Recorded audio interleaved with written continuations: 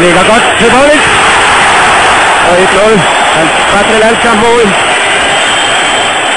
1-0 til Bosnien-Herzegovina. Det kunne næsten heller ikke blive ved at gå godt. Så lykkedes det endelig at få scoret i denne kvalifikationsturnering. Og det er så fortjent, som noget kan være. Endelig et kvalificeret indlæg fra Besic herude. Og den ligger altså lige i siden på ham. Og så hætter han godt med og nedad. Og Besic er chanceløs. 1-0.